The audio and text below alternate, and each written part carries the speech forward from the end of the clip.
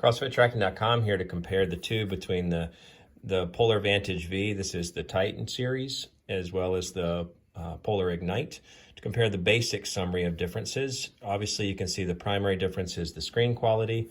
So full brightness there on the full backlight, and that's not quite the same as the backlight when you do a lift raise. So see if we can get it to activate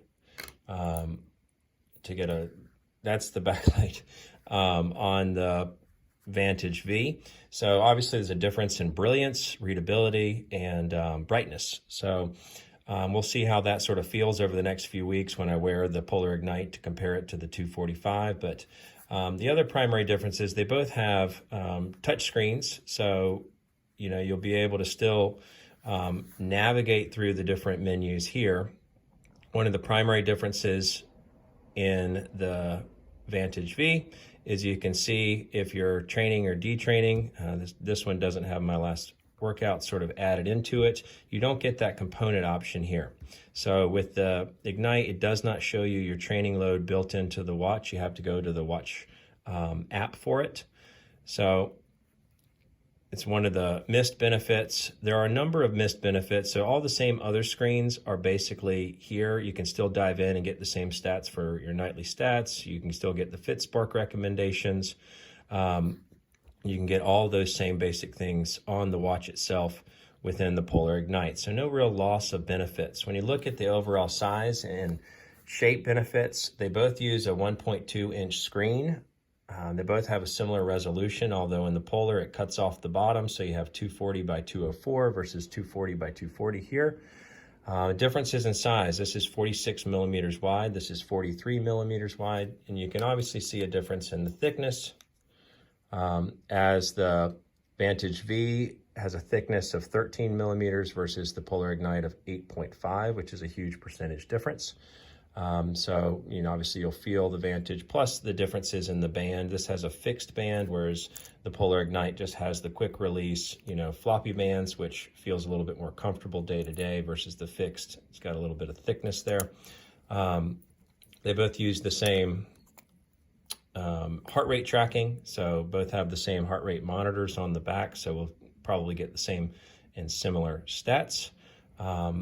The Polar Ignite uses this sort of specialty clasp, whereas the Vantage V uses a traditional clasp, at least on the Titan. This is the titanium model, so the weight differences is going to be a little bit more felt.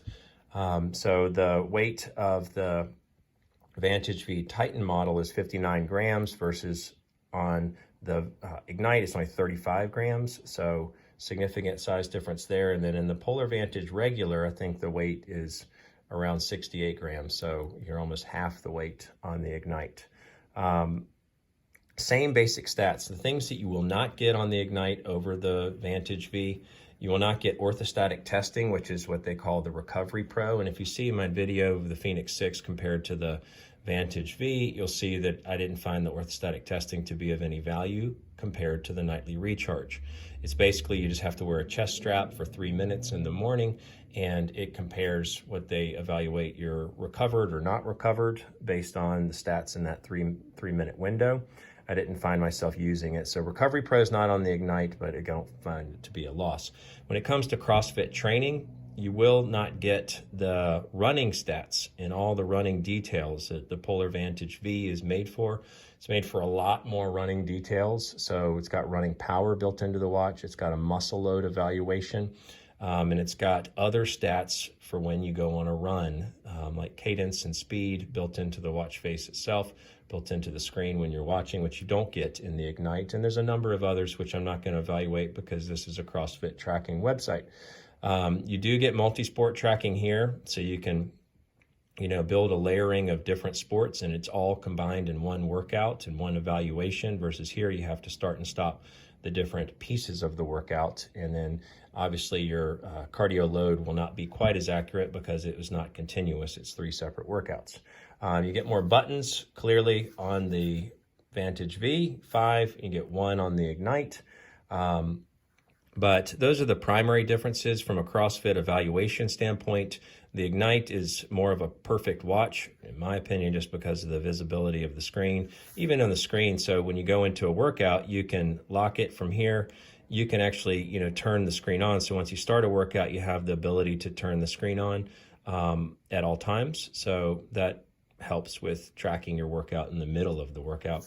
And from a battery life standpoint, the Vantage V is rated at a 7-day battery and the Ignite at a 5-day battery. We still have yet to see if that's accurate or not.